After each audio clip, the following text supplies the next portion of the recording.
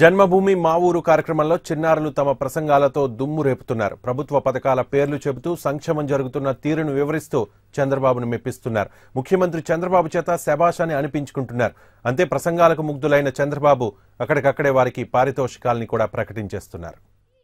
జన్మభూమి కార్యక్రమం సందర్భంగా మనం అనేక పథకాలను గురించి తెలుసుకుందాం.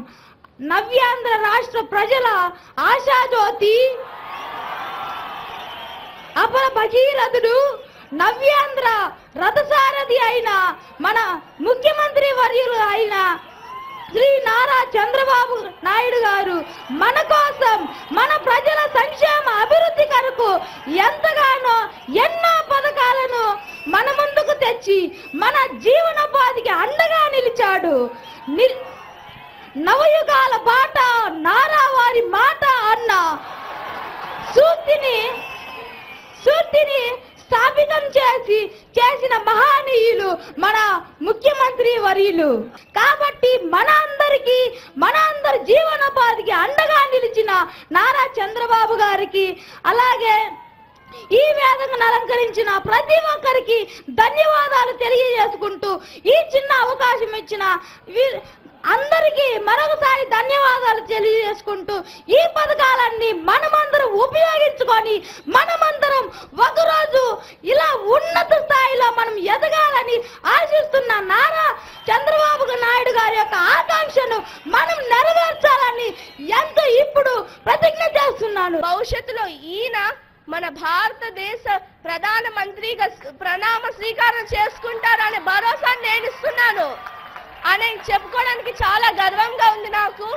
అలానే ప్రపంచ దేశాలు ఆశ్చర్యపోయే విధంగా ఆయన చేపట్టి ఒక మహాయజ్ఞం అమరావతి నిర్మిస్తున్నారు. దాంట్లో ఒక మహానీయ వ్యక్తిగా, ఒక మహా ఋషిగా ఈయన చేసే శ్రమని మనం ఎల్లప్పుడూ గుర్తుంచుకోవాలి. ఎలాగైతే ఒక కన్న తల్లి తను పస్తులుంచి తను అన్నం తినకుండా వారి పిల్లల బాగోగుల గురించి, వాళ్ళ సంతోషం గురించి చూస్తుందో, అలాగే మన చంద్రన్న ఆమె కన్నా ఎక్కువగా మమ్మల్ని చూస్తున్నారని భరోసా నేను ఇస్తున్నారు. మీరు ఇస్తున్నారా? ఇస్తున్నారంటే చెప్పండి ఇప్పుడే మీరు ఇస్తున్నారని. కాబట్టి నేను చెప్తున్నాను, ఈయనకి ఎల్లప్పుడు మన రుణపడి ఉండాలి. కాబట్టి ఇవాళ నేను చెప్తున్నాను, ఇచ్చాపురం నియోజక ప్రజలందరికీ చెప్తున్నాను, మార్చ్ 31లోన మన రాష్ట్రాన్ని ODF రాష్ట్రంగా నిర్మిస్తానని భరోసా నేను ఇస్తున్నాను, ప్రతిజ్ఞ చేస్తున్నాను. శాస్త్రవేత్త, మేధావి, మైనార్టీ వ్యక్తి అయిన అబ్దుల్ కలాం రాష్ట్రపతి కావడంలో కీలక పాత్ర పోషించి దళిత నేత బాలయోగిని లోక్సభ స్పీకర్గా చేసిన ప్రభుత్వం తెలుగుదేశం ప్రభుత్వం. బలహీన వర్గాలను బలపరచడంలో తనకు తానే సాటి అని నిరూపించింది తెలుగుదేశం పార్టీ. ఉత్తరాఖండ్ కర్నూలు వరదల్లో నేనున్నాను అంటూ లక్షలాది మందిని ఆదుకున్న పార్టీ తెలుగుదేశం పార్టీ. ఇతరుల అరాజక పాలనలో అష్టకష్టాలు పడుతున్న తెలుగు వారికి నేనున్నాను అంటూ భరోసా ఇవ్వాలనే తలంపుతో వస్తున్నా మీకోసం అంటూ సాహసోపేట పాదయాత్ర చేశారు మన చంద్రబాబు. వైద్యులు, సేవరాశులు వద్దని వారిస్తున్న 6 పొదుల పేపర్ వయసులో పాదయాత్రను ప్రారంభించారు. నభూత నభవిష్యతి అనే రీతిలో చరిత్రలో అన్నడూ లేని విధంగా 208 రోజుల పాటు 2817 కిలోమీటర్లు పాదయాత్ర చేశారు. 16 జిల్లాలు, 86 నియోజకవర్గాలు.